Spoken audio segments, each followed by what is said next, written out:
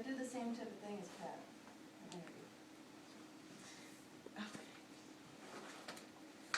Yeah, the anticipation made me nervous, but in a way I was looking forward to going to deployment with my men. I was mostly nervous about leaving my pregnant wife home, and how she would handle the deployment. Our job was to patrol the base. Basically, we had to make sure that no one was planting bombs around the American bases.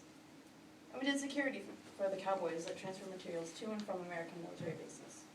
We were always armed. I knew most of the guys we deployed.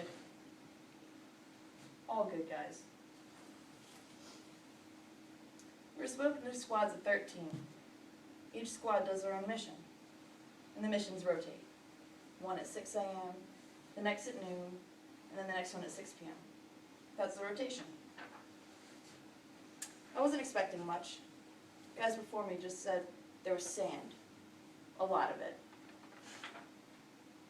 It was a huge adjustment. My sleep schedule was off. We were living in a giant sandbox with nothing but an internet center, a phone center, a place to sleep, and a chow hall. I spent most of my days on a Humvee. Unfortunately, I didn't come across many Iraqi natives. I didn't learn much about the culture, but I did do a lot of good.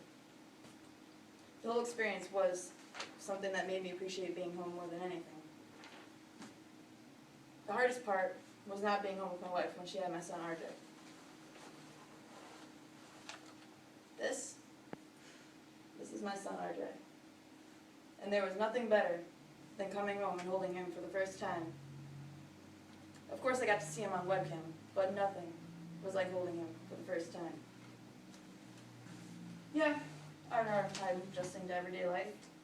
It was hard driving around and not looking behind my shoulder and wondering who was a threat. I joined the military because my dad wanted me to do something with my life and get out of the house. But looking back, I don't regret any of it.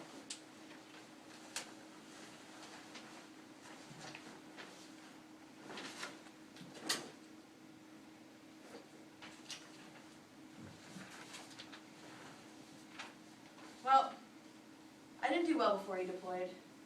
I was pregnant and I felt like there was no one that would be there to help. It would have been less stressful if I wasn't pregnant with RJ. He showed you a picture, right? I dealt with it. I had no choice. That's what you do when you're a military spouse.